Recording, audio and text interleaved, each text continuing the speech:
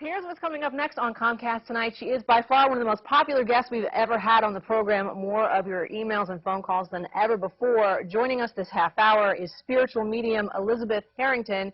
Keep it here because Comcast Tonight starts right now.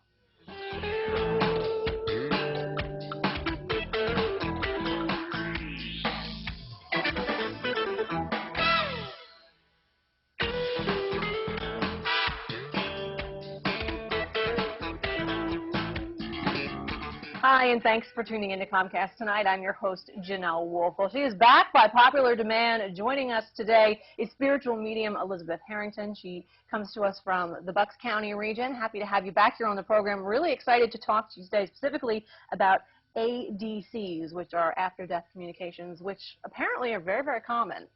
Yes, thank you for having me back. Yes, ADCs are after-death communications. A lot of times when people lose loved ones that are very close to them, or even just people that they know, a lot of times after they pass, they will try in various ways to come through to their loved ones or people that they know, just to let them know that they made it to the other side and that they are okay over there, and to let them know that they very much still exist around them in spirit, even though we're still on the physical plane. And there is a little bit of a science to this, being that you are a spiritual medium. Can you explain to our audience exactly how that works? Last time she was on the program, just in case you didn't see the episode, Elizabeth worked with someone and you were able to kind of communicate with people who have passed on. Yes, they're very much around us. I would say really we occupy the same space. I really think faith and science in a way should go together because this is actually a real scientific process. It involves energies. Really what it involves is calling in the souls, and being that they are very close to us, us as mediums, we raise our energy up. It's a manner of us in order to raise our energy up to connect with them. And the souls will take time from what they're doing on the other side to come and mill around us. And what they do is they lower their energy. And when that actual connection takes place of the energies in a scientific fashion, we do then open the line of communication, and they can send the information across to us. They're really just over there. They're really not that far away. So you're able to sense anyone in the studio today?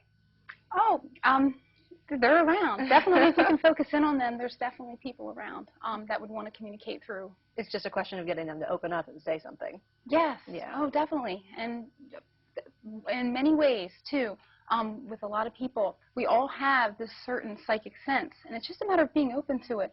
And when people do lose loved ones, very much so, they will come through to them via dreams. They will come to them even in a waking state. You'll be going somewhere, and you'll be thinking about them, and you might see them. Or you might feel them standing behind you. A lot of times, too, we have a lot of psychic energy, and a lot of people, I always tell them, I don't know if you've ever felt this before, is if you're walking and you feel like you've walked through something, like a web, and you say, oh my gosh, I walked through a spider web or something. That really is psychic energy, and that is your loved ones around you. If somebody has lost their father, for instance, and they want to come through or they want to connect with you, they will also do things like communicate to you via, if you're driving in the car, when your mind's kind of in that alpha state or in a very meditative state, makes it easier for them to come through as well. But they're constantly trying. It's just us opening up to listen to them. In doing a little bit of research for this segment, I found it interesting that sometimes they'll actually even call you on the phone. Oh, yeah. I mean, there's many different stories and situations where they like anything electric. They like anything that they can manipulate with energy. For instance, I've had many stories where people have come to me when we have sessions and things like that where they've lost somebody, and it might be just after the funeral. Remember, the soul stays around for the funeral. They stay around as long as they need to be in order to comfort their loved ones who are grieving them, and they will have, the phone will ring, and there might not be anybody there, or the phone will ring and a certain number that's significant to that person will come up on the phone. It's a very common occurrence. I mean, it's amazing how many people every day have communications from their loved ones. What kind of stories and what kind of situations do people, the clients, tell you about that they are experiencing over and over again? I guess maybe some of the more common things that happen with people here on the earth and their communications with people that have passed on. Oh my gosh, there's so many, but a lot of them they will talk about is if they're sleeping and they're just waking up, they will see them. And a lot of times, irregardless of how the person's physical state is when they pass, when our loved ones come back to us via a dream or a vision or a thought, they always come back healthy as they were, to let us know that they are indeed okay on the other side. I mean, when this physical body, when this life's over and our soul leaves our physical body, that soul is very much whole in spirit. However, when they come back to us here in this world, they always come back to how we know them. So they will always come back at their best stage as we will recognize them. But the whole point of them coming back to us is to let us know that, hey, we're okay over here. Don't worry, we're going to see you again.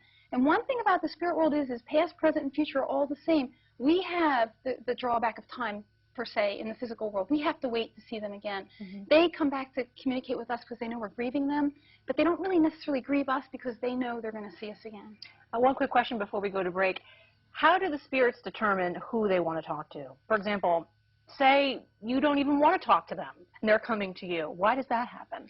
Well, I must say, I think everybody's brains are wired a little differently. I think we're all different. I think we all have different sensitivities. Some people get more future information. Some people get more people trying to connect with them. Some people get more feelings. Some people are more medical intuitives. They can sit with somebody and figure out, oh gosh, they might not be feeling very well here, or they might have an ailment. Everybody's different, and I just think that, again, too, I mean, for instance, there's a good example, and I think it's Robert Brown who stated this quote, because I want to make sure this isn't my quote. This is Robert Brown, and he said that, like, everybody can go take piano lessons, that maybe not everybody will be, say, a concert pianist. It might not be their niche, but everybody can connect or sense the other side. In other words, we all, at a certain point, can know, hey, wait a minute, I know Dad's okay. I felt him. Or if something reminds you of them. For instance, you'll be writing and a certain song comes on and you're thinking of that person exactly at that time. Maybe they liked a certain type of music, whether it's Glenn Miller or something like that. You'll say, oh my gosh, I know he's with me. Or if you have a lot of gatherings, like if you have, say, a First Holy Communion or a birthday or Christmas, they always seem to, in the readings, talk about the specific dates and things like that. Like, oh my gosh, you guys were all together, I know it. And so-and-so was wearing a green dress and the baby was there, or say grandma was there. They know, and they try their best to come through. And a lot of times, too, at these gatherings, people will take photographs with digital cameras, and they will sometimes show up on the photographs. I've had quite a few people bring me photographs where there's certain things on the photographs that are pretty unique at these gatherings. All right. Well, we will have more with Elizabeth when we return here on Comcast tonight. First, though, if you want to weigh in on this issue, please contact us, 610-790-8869, or email us your thoughts at storyideas@comcast.net. We'll be right back with more. We are back with spiritual medium Elizabeth Herrington, and we're talking today about people that have passed on to the other side and how just about anybody has some degree of psychic ability. We're chatting now about that and how to develop it, and this is something that you do in workshops that fill up very quickly. Oh. Well, it's actually, it's getting a little bit more popular. People are becoming less afraid of this other world or this energy that we can tap into. But yes, there's a lot of people that have certain sensitivities to that world and they don't even know it. And a lot of it is like, for instance, when you meet somebody, picking something up off of them and realizing like what they may do for work or what they're like, or different things, or maybe who they just saw. Like, there's a lot of things like that that people can pick up off of people. However, with the workshops, what we do is we do an introduction to mediumship, and then we do certain exercises with energy. The one exercise, again, they call it psychometry, where you exchange articles of each other's, whether it's a watch, a necklace, or something like that, and people don't know each other, because I always set people up where they don't know who they're being paired up with, and they will tell each other about each other, and they're really accurate. Or we'll have an exercise where we put people together and they run their hands like along the outside of their body, around their head, and they actually can pick up like certain ailments that they have, or certain, like say somebody had knee